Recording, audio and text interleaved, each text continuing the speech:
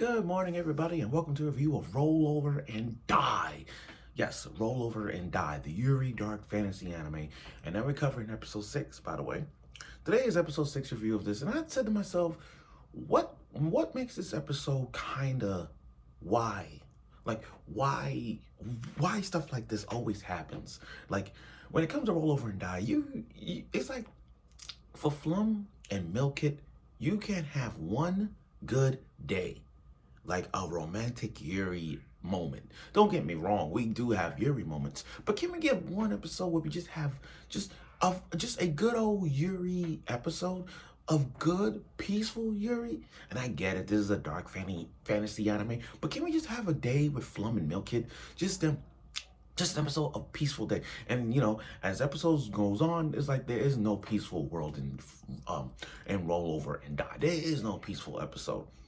And Flum and Milkt's relationship has been great.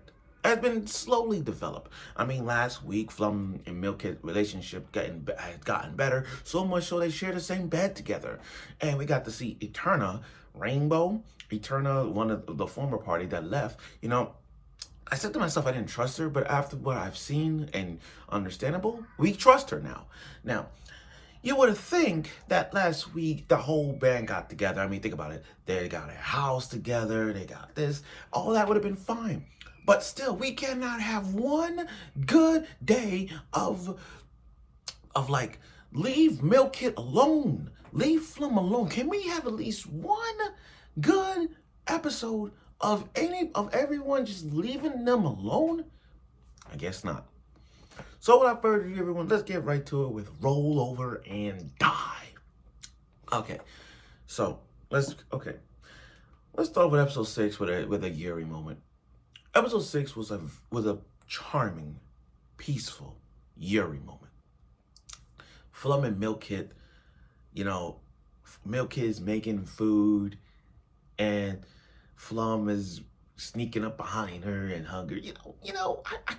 Look, Flum and Milkt's relationship is slowly progressed. Their relationship is slowly progressed. I don't know if you noticed that, but it's getting slower to a point where Milkt is having feelings for Flum.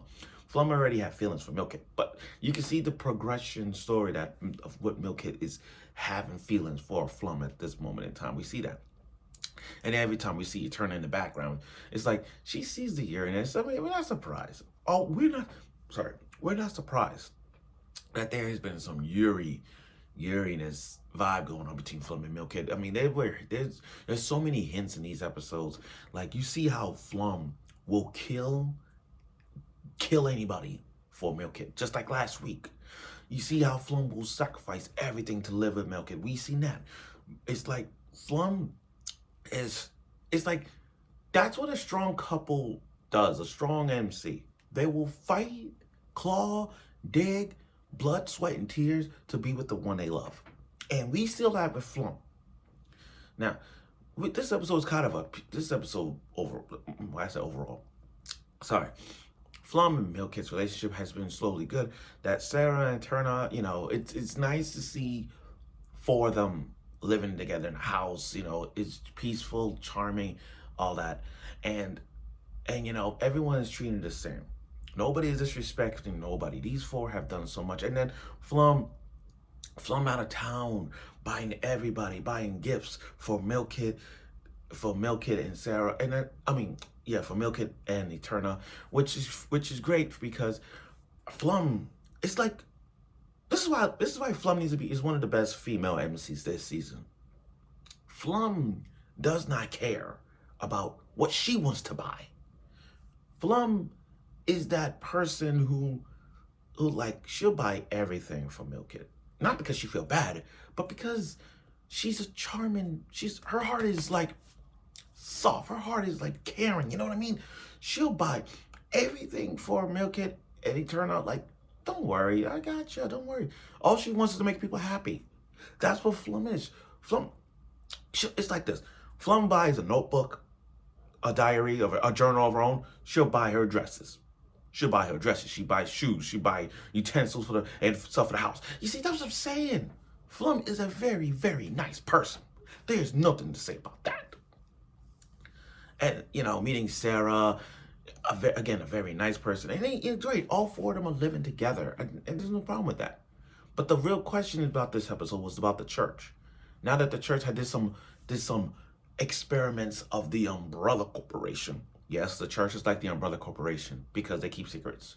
Bioterrorist weapons underground. See, the church is like the Umbrella Corporation, if you think about it.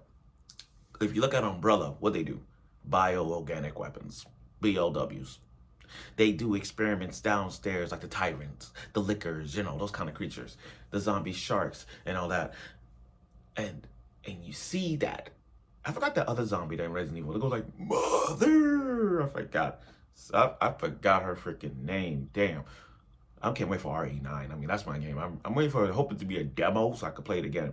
I mean, I played it at Comic-Con, but I rest my case. Anyway, going back to what I said. We need to see more about the church. So they try to find ways to investigate the church to a point where they all are secrets. Because remember, when it comes to fantasy anime, sometimes church always keep dark secrets. I don't know why they do that. They hypnotize people like they think the church is the prayer of all things, but it's not. Can't stand that. Now, I got a question for Flum. And I want you guys to understand what I'm going to say. Flum, why the hell you ain't kill that man yet? Why the hell you didn't kill that man yet? Why? What do you got to do to kill this guy? You haven't killed him yet. I'm waiting to see. How are you going to kill this son of a bitch? I'm sorry, but I got to look. She wants to do a job. The two bandits came in and trying to kill her. And Flum killed those guys. I'm still waiting to figure out why you ain't killing him. Why you're not killing the main guy who forcing these people to kill you. That's the question I'm trying to get at, everyone. Why ain't Flum killing this guy? Torture him. Seek revenge. Kill the man. I don't care. Do something. Do something. Kill this guy. I don't know what is Flum thinking. I just don't get it. I don't get it. When is the right time? Like in a dark alley? And stab him? Send him to the world? Hell, send his ass to Goblin State. Let the goblins kill this guy, torture him. Better yet, send him to Redo of Healer, because I just want to see the tortureness that he's gonna do. And leave it to the MC Kiryu from Redo of Healer to just torture them, beat him up and all that shit. I just want to know, why ain't Flum doing anything to this guy? Anyway, now let me get back to reality. It's nice to see Milkt cooking, but it's nice to see her talking and enjoying, having emotions behind it. I mean, Milkt wanted to try Flum cheesecake because in a flashback, Flum is an excellent chef, and she makes some delicious cheesecake. I mean, if you send her cheesecake to Junior's or the Cheesecake Factory, 9 times out of 10, it'll have a 5-star rating in a heartbeat. But this was the first time this is the first time that Milkt actually, if you look deep, if you read between the lines and if you look at the face expressions, this is the first time you see Milkt actually smiling. And it's the first time that she actually requested something. Like normally Flum would pick it out, but this was the first time that Milkt actually opened up. She said, I want to try your cheesecake. This was the first time that she was opened up. And it was a nice thing. I mean, that Yuri scene with Flum feeding Milkt her cheesecake, even though she didn't want to, but leave it to Eterna, was like, that kind of thing, to a point where Milkt actually took a bite of her cheesecake. It was a nice Yuri scene to see. But this is why Roll Over and Die gets ticked me off sometimes, because given the fact that it's a Yuri anime, dark fantasy, I get that. We cannot have one good episode of Flum and Milkt having a good time episode. We don't get that. And in this part here, the death threats of Flum. Flum the killer. Flum is the bitch. She's a scum. All that stuff. They using so many death threats in front of her house. Posters and wanted signs about Flum to a point where you got these royal guards surrounding Flum, and you're gonna end a cliffhanger like that. Yo, this is really ticking me off. We can't have one good peaceful episode.